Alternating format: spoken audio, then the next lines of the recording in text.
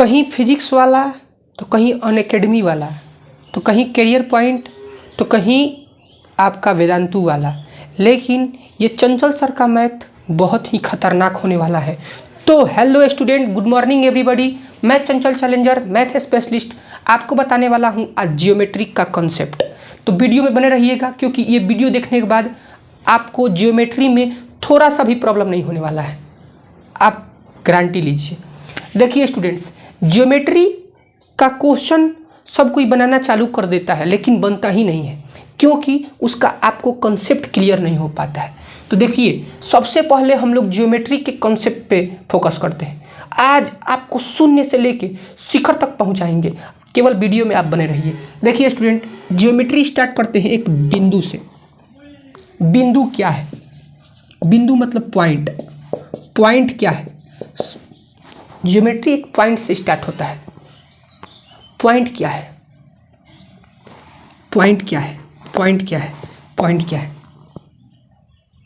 Point एक ऐसा संकेत है, पॉइंट एक ऐसा संकेत है जिसमें लंबाई, चौड़ाई, मोटाई मतलब लेंथ, ब्रेड्थ एंड हाइट कुछ नहीं होता है, केवल स्थिति होता है कि यहाँ बिंदु, यहाँ बिंदु, यहाँ पॉइंट, यहाँ पॉइंट, एक पोजीशन होता है। पॉइंट एक क्या है? एक ऐसा चित्र है जिसमें केवल एक स्थिति होता है। जितना आप छोटा ऐसे इस पेंसिल के नोक से, ये मार्कर के नोक से जितना छोटा बनाइएगा आकृति, उतना परफेक्ट बिंदु कहलाएगा। चलिए, आप बिंदु समझ गए। वैसा आकृति जिसमें लंबाई, चौड़ाई, मोटाई कुछ नहीं होता है, नगण्य होता है, केवल पोजीशन होता है। यहाँ बिंदु, यहाँ बिंदु, यहाँ बिंदु, ठीक है। और टू पॉइंट के मिलने से जिसका निर्माण होता है उसे कहते हैं रेखा, लाइन, लाइन, स्ट्रेट लाइन, सरल रेखा। अब ध्यान दीजिए, सबसे पहले स्टूडेंट्स, सबसे पहले पॉइंट को चार भागों में बांटा गया। पॉइंट को चार भागों में बांटा गया। पॉइंट को चार भागों में बांटा गया। सबसे पहले पॉइंट को चार भागों में बांटा गया। एक क्षैतिज रेखा से, एक उदग्र रेखा से। क्षैतिज मतलब हॉरिजॉन्टल, हॉरिजॉन्टल, क्षैतिज, क्षैतिज रेखा, हॉरिजॉन्टल लाइन, वर्टिकल लाइन, उदग्र रेखा या ऊर्ध्वाधर रेखा, ऊर्ध्वाधर रेखा से चार भागों में बांटा गया। सबसे पहले पॉइंट को चार भागों में बांटा गया, हॉरिजॉन्टल लाइन और वर्टिकल लाइन से।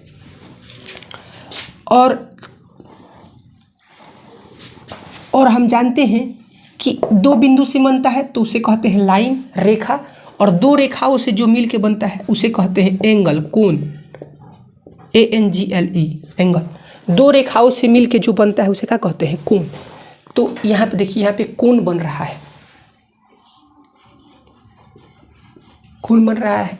एक बिंदु को चार भागों में बांटा गया, एक पॉइंट को चार भागों में बांटा गया, और जो कोण बना, ये सभी कोण समान है, इसलिए सभी को समकोण कहा गया। सबको समकोण कहा गया, समकोण कहा गया। प्रत्येक भाग को समकोण कहा गया कि ये भाग भी समकोण है, ये भी, इसको भी समकोण, सबका नाम समकोण दिया गया।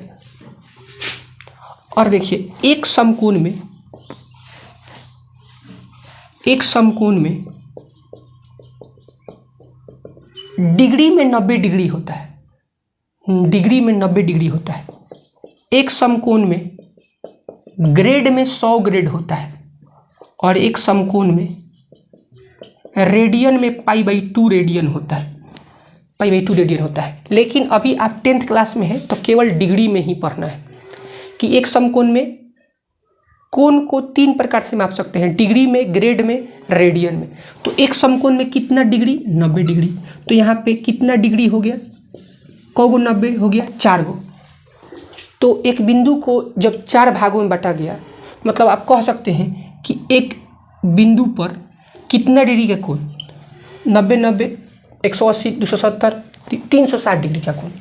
एक बिंदु पर कितना डिग्री का कोण? 360 डिग्री का कोण। डिग्री ही पढ़ना है स्टूडेंट्स। तो एक समकोण में 90 डिग्री, तो 4 समकोण है तो 4 90 डिग्री, तो कितना हो जाएगा? 360 डिग्री। चलिए, बिंदु का कहानी यहाँ से समाप्त हो गया। और जो क्षैतिज लाइन है इसको एक्स अक्ष भी कहते हैं, एक्स एक्सिस। यहाँ पे एक्स होता है, यहाँ पे एक्स डैश होता है। जो वर्टिकल लाइन है, वर्टिकल लाइन, उदग्र या ऊर्ध्वाधर रेखा, उसे वाई अक्ष कहते हैं। तो सूचित किया जाता है वाई वाई डैश से। तो इधर प्लस गिनती होता है, बाएं माइनस गिनती, ऊपर प्लस गिनती और नीचे माइनस गिनती। तो वीडियो में बने रहिएगा, क्योंकि वीडियो में आपको ज्योमेट्रिक्स के साथ सारे कॉन्सेप्ट क्लियर करा दिए जाएंगे। देखिए स्टूडेंट्स, अब कुछ थ्योरम पे ले चलते हैं, क्योंकि ज्योमेट्री फार्मूला से नहीं बनता है, थ्योरम से बनता है। तो देखिए, आपको ले चलते हैं थ्योरम पे, वीवीआई थ्योरम। सबसे पहले आप याद कर लीजिएगा कि एक बिंदु से अनंत रेखाएं गुजर सकती हैं, इन्फिनिटिव लाइन पास कर सकती है। फिर सेकंड है कि दो बिंदुओं से एक और केवल एक लाइन पास कर सकती है। और थर्ड है कि एक रेखा पर अनंत बिंदुएं होती है, एक रेखा पर अनंत बिंदुएं होती है। फिर उसके बाद है कि दो रेखाएं, टू लाइंस, दो रेखाएं तीन प्रकार से होती है, तीन प्रकार से होती है। एक प्रतिच्छेदी, इंटरसेक्टिंग, एगो समानांतर, पैरेलल, और होता है एक संपाती।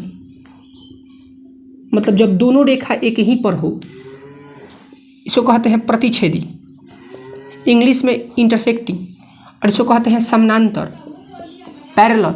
इसको संपाती को देख लीजिएगा इंग्लिश में। दो रेखाएं तीन प्रकार से होती है, नहीं तो काटेगी, नहीं तो नहीं काटेगी, नहीं तो एक ही पर होगी। तो काटेगी मतलब आप कह सकते हैं कि दो रेखाओं में एक से अधिक बिंदु भैनिष्ठ नहीं होते। जब भी बिंदु होता है तो कितना बिंदु भैनिष्ठ होता है? प्रतिच्छेदी में कितना बिंदु भैनिष्ठ होता है? एक और केवल एक बिंदु भैनिष्ठ होता है। और संपाती में अनंत बिंदुएं उभयनिष्ठ होती है।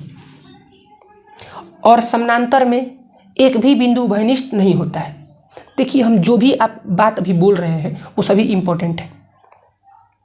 देखिए यहाँ पे नेक्स्ट बात, एक सरल रेखा पर 180 डिग्री का कोण बनता है।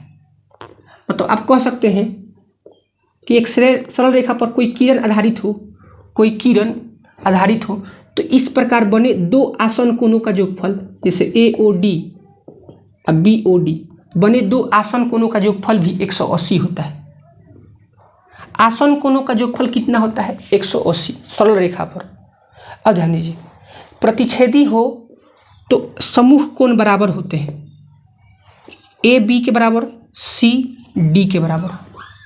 और आसपास कितना होता है? 180, क्योंकि आसन कोण है। समानांतर हो और एक तिर्यक रेखा काटे तो एकांतर कोण बाएं दाएं के बराबर, एकांतर कोण बराबर होता है। A किसके बराबर होगा? B के बराबर, एकांतर कोण से। और B C के भी बराबर होगा, क्योंकि ये संगत कोण है। देखिए, ये भी रेखा के ऊपर बन रहा है, दाएं बन रहा है। C भी रेखा के ऊपर बन रहा है, दाएं बन रहा है। तो अंतः समूह कोण बराबर, एकांतर कोण बराबर, संगत कोण बराबर। और अंतः कोणों का योगफल 180 डिग्री होता है। इसे A और B का योगफल कितना होगा? 180। आसन कोणों अ से स्टार्ट है, आसन कोणों का योगफल 180, अंतः कोणों का योगफल भी 180 होता है। संपाती में कोण 0 डिग्री का होता है या 180 डिग्री का। जब रेखा ऐसे झुका हो तो 0 डिग्री, ऐसे झुका हो तो 180 डिग्री। चलिए नेक्स्ट टॉपिक पे चलते हैं। आपको ये सब, आपको ज्योमेट्री बनाना है तो ये सब याद होना चाहिए। ज्योमेट्री में नेक्स्ट है त्रिभुज। त्रिभुज के तीनों कोणों का योगफल 180 होता है। त्रिभुज के तीनों कोणों का योगफल कितना होता है? 180। त्रिभुज की एक भुजा बढ़ाई जाए तो बना बहिष्कोण, बना बहिष्कोण अभिमुख अंतः कोणों के योगफल के बराबर होता है। अभिमुख अंतः कोणों के योगफल के बराबर होता है। ये सब याद होना चाहिए। देखिए स्टूडेंट्स, नेक्स्ट टॉपिक पे चलते हैं। वीडियो में अगर आप देख रहे हैं तो आपके लिए बहुत ही फायदेमंद होने वाला है, क्योंकि आपका अब देखिए 9 से जुड़ा हुआ है 10th। देखिए 2 त्रिभुज है, तो दोनों त्रिभुज का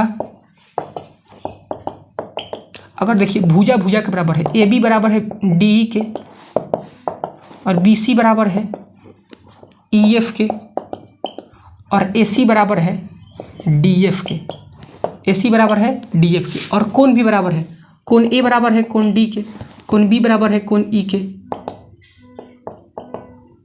और कोण सी बराबर है कोण एफ के। भुजा भुजा के बराबर और कोण कोण के बराबर, तो कहते हैं कि ये दोनों त्रिभुज सर्वांगसम है, मतलब सेम टू सेम है, सभी अंग बराबर है, तीनों भुजा के बराबर और तीनों कोण के बराबर, मतलब 6 अंग के बराबर हो, तो कहते हैं कि दोनों त्रिभुज क्या है, सर्वांगसम है। सर्वांगसम है कि दोनों त्रिभुज क्या है, सर्वांगसम है। अब ध्यान दीजिए स्टूडेंट्स, अब देखिए, तो हमेशा तो 6 अंग देगा नहीं। अगर मान लीजिए कि इस त्रिभुज में सपोज डेट, यहाँ पे देख लीजिए 2 त्रिभुज है, 60 डिग्री, यहाँ पे भी 60 डिग्री, ये 5 सेंटीमीटर, यहाँ पे भी 5 सेंटीमीटर, ये 30 डिग्री, यहाँ पे भी 30 डिग्री। अगर 3 अंग ही दिया हो, 3 अंग दिया हो, अगर वो प्रॉपर्टी में लागू करे, प्रॉपर्टी 5 गो होता है, प्रॉपर्टी कब होता है, 5 गो, side angle side, angle side angle, angle angle side, side side side, right angle hypotenuse side. अगर आपको प्रॉपर्टी में लागू करे, जैसे देखिए 3 गो अंग दिया है, 6 अंग के बराबर तो सर्वांगसम है, ये बराबर है 6 अंग के बराबर, तो सर्वांगसम है। चाहे सर्वांगसम है तो ये 6 अंग के बराबर होगा, ये होगा तो ये होगा, और ये होगा तो ये होगा, ये बात सत्य है। लेकिन अगर 3 अंग ही बराबर दिया हो, अगर प्रॉपर्टी में लागू करे, तो ऑटोमेटिक वो तीनों अंग बराबर हो जाता है। ऐसे मैथ बताया गया है कि अगर देखिए एंगल साइड एंगल जो प्रॉपर्टी में लागू कर रहा है, इसका एंगल साइड एंगल इसके एंगल साइड एंगल के क्या है, बराबर है। तो इस प्रकार हम बोल सकते हैं कि ये जो बचा साइड एंगल साइड, ये भी बराबर ही होगा, मतलब त्रिभुज सर्वांगसम होगा। अगर 3 गो अंग दिया हो, अगर इस 5 प्रॉपर्टी में लागू करें तो त्रिभुज सर्वांगसम हो जाता है। ये नहीं कि 6 अंग के बराबर होना चाहिए, 6 अंग बराबर हो तो सर्वांगसम होगा ही, लेकिन अगर 3 अंग दिया हो और वो प्रॉपर्टी में लागू करे तो त्रिभुज सर्वांगसम हो जाते हैं, और सर्वांगसम हो जाते हैं तो जो बचा है वो भी बराबर हो जाएगा। अब ध्यान दीजिए, अब सेम टू सेम है इसी प्रकार समरूप का नियम। देखिए समरूप मतलब होता है कि एक ही रूप का, जैसे ए बी सी है और डी ई एफ है। अगर मान लीजिए कि इसका कोण ए इसके कोण डी के बराबर, कोण बी कोण ई के बराबर, कोण सी कोण एफ के बराबर, ए बी बटा D E, A B C बटा ई एफ और ए सी बटा डी एफ, तीनों कोण के बराबर, और तीनों भुजा के अनुपात के बराबर। तो कोण बराबर हो और भुजा का अनुपात बराबर हो तो हम कहते हैं कि एक ही रूप का है। एक ही रूप का है मतलब समरूप है, एक ही रूप का है मतलब समरूप है, कि मतलब दोनों त्रिभुज क्या है, एक ही रूप का है, एक ही रूप का है। देखिए स्टूडेंट्स, अगर ये कोण के बराबर और भुजा के अनुपात के बराबर, तो त्रिभुज समरूप होगा। त्रिभुज क्या होगा, समरूप होगा। अगर समरूप होगा तो ये हो जाएगा। लेकिन अगर 3 ही चीज़ दिया हो, एकदम सर्वांगसम जैसा है, जैसे मान लीजिए ये 60, ये 20, ये भी 60, ये 20 और ये 100 और ये 100। अगर तीनों कोण के बराबर है, त्रिभुज में 6 अंग होता है ना, तो 3 कोण ही बराबर है तो त्रिभुज समरूप होगा। इसका 4 नियम होता है, एंगल एंगल एंगल, 2 कोण बराबर हो तभी त्रिभुज समरूप होता है, चाहे साइड एंगल साइड, जैसे साइड एंगल साइड। देखिए इसे मान लीजिए, देखिए 160 मिटा दीजिए। इसे मान लीजिए कि यहाँ 5, यहाँ पे 10, यहाँ पे 6, यहाँ पे 12। देखिए 5 और 10 का अनुपात कितना है? 1/2। और कोण बराबर है 6 और 12 का अनुपात कितना है? 1/2। तो कोण कोण के बराबर और भुजा का अनुपात भी क्या है? बराबर है। भुजा का अनुपात क्या है? बराबर है। तो साइड एंगल साइड से दोनों त्रिभुज क्या हो जाएगा? समरूप हो जाएगा। अगर 3 ही शर्त दिया हो, अगर ये इस प्रॉपर्टी में लागू करे तो त्रिभुज समरूप हो जाता है। अगर समरूप हो जाता है तो ऑटोमेटिक जो 3 भुजा का अनुपात है, चाहे जो कोण है, वो बराबर हो जाएगा। चलिए स्टूडेंट्स नेक्स्ट बात पर चलते हैं, थोड़ा सा इंक डाल लेते हैं। चलिए अब VVI 10th क्लास में है ना आप। अब देखिए 10th क्लास के जो VVI जो फर्स्ट थ्योरम है, फर्स्ट थ्योरम वो स्टार्ट होने वाला है। फर्स्ट थ्योरम अभी प्रूफिंग नहीं कराएंगे, लेकिन आपको समझा देंगे। फर्स्ट प्रमेय, थेल्स प्रमेय। फर्स्ट प्रमेय का नाम क्या है? थेल्स प्रमेय। अभी सब समाप्त होने वाला है। थेल्स प्रमेय, पाइथागोरस प्रमेय सब समाप्त होने वाला है। देखिए एक त्रिभुज है और इसमें आधार के अगर समानांतर कोई रेखा दिया हो,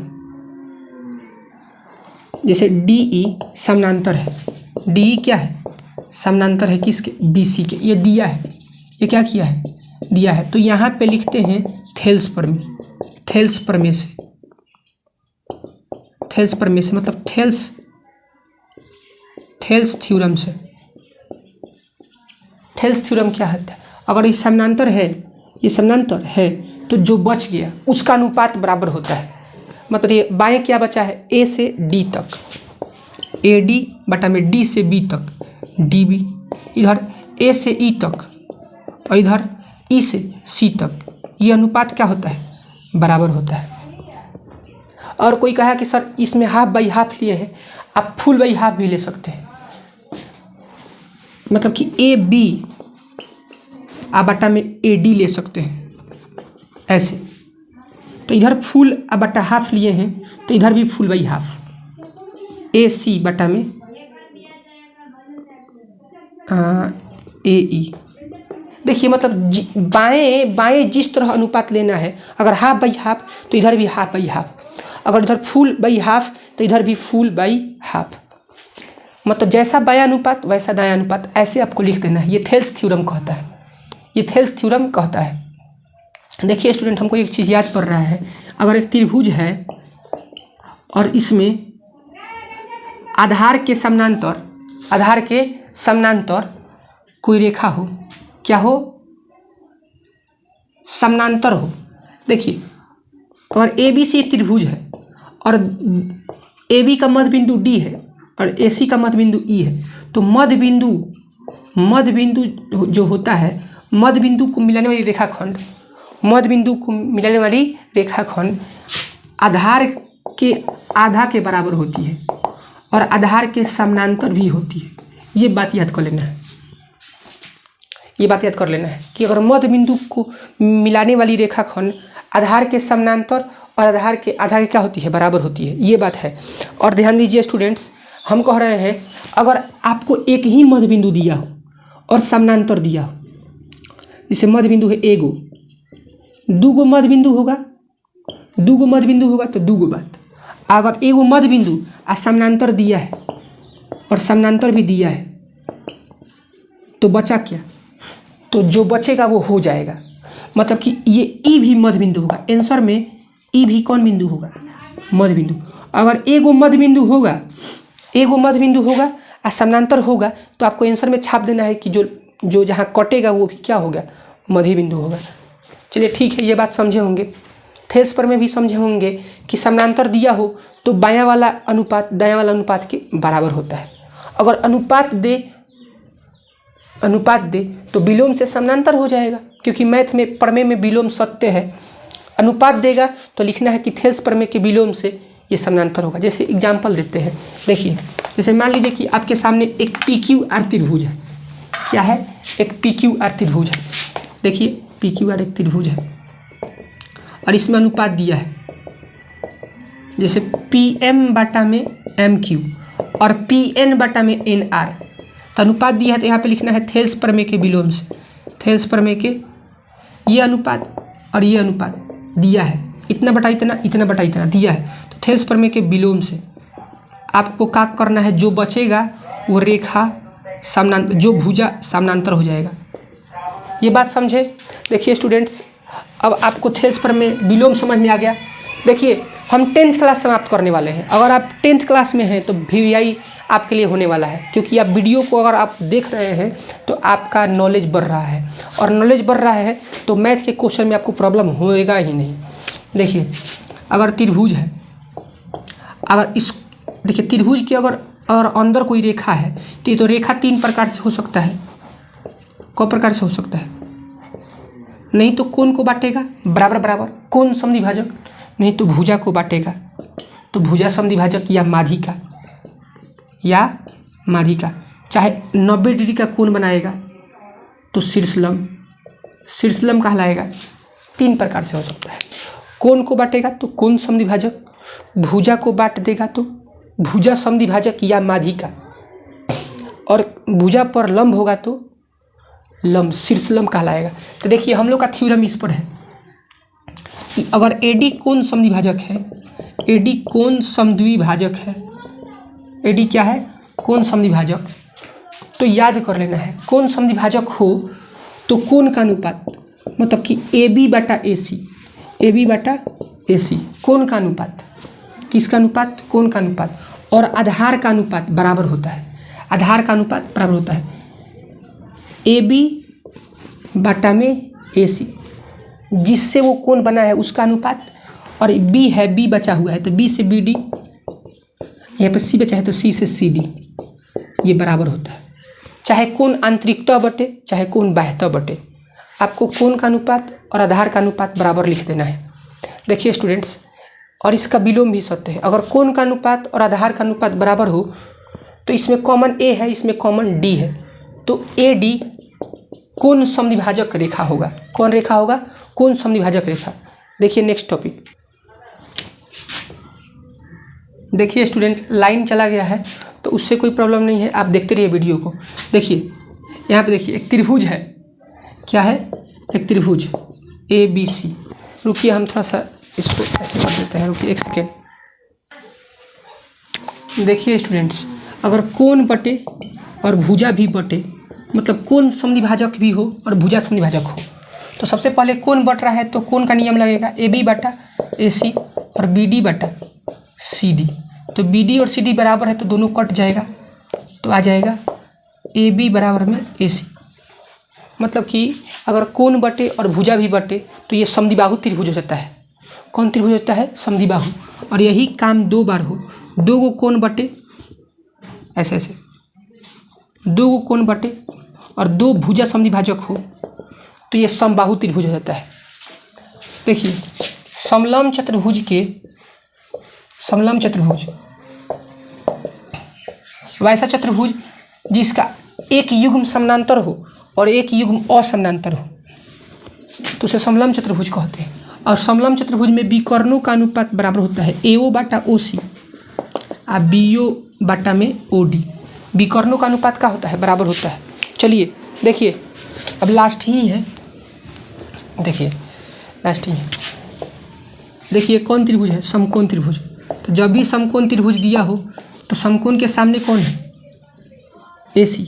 तो AC square equal to AB square, जो बचता है एक कर्ण स्क्वायर है, तो ये पाइथागोरस प्रमेय से होता है। पाइथागोरस प्रमेय से कर्ण स्क्वायर इक्वल टू लंब स्क्वायर प्लस आधार स्क्वायर। ये कब लिखते हैं? जब कोण 90 दे तब। कोण अगर 90 दे तो 90 के सामने वाला को कर्ण कहते हैं, hypotenuse. Hypotenuse equal to square equal to लंब perpendicular square plus base square, ये होता है। अगर मान लीजिए कि आपको जहाँ पे लंब है उससे लंब एगो खींच दिया जाए, एगो लंब खींच दिया जाए, जैसे यहाँ पे ABC और B से BD लंब खींच दिया जाए तो 3 त्रिभुज बन रहा है। ABC, एगो ADB, एगो BDC, एगो BDC। ये आपस में समरूप होते हैं। ये आपस में क्या होते हैं? समरूप। कौन कौन से? देखिए ये कोण इस ऊपर वाला में भी है और पूरा बड़ा में भी है। और इसका कोण 90 है, ADB 90 है और ये कोण B भी 90 है। तो बड़ा त्रिभुज का दो कोण इस छोटे त्रिभुज के दो कोण के बराबर हो गया।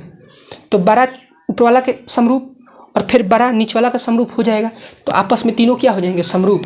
और तीनों समरूप हो जाएंगे तो इसका जब अनुपात लेंगे ना, अनुपात, तो आपको इस दोनों के अनुपात लेंगे तो सूत्र प्राप्त होता है BD स्क्वायर, मतलब जो बीच में है, बीच में उसका स्क्वायर, इस दोनों के हाफ AD इंटू CD के गुणनफल के क्या होता है? बराबर होता है। AD इंटू CD क्या होता है? बराबर होता है।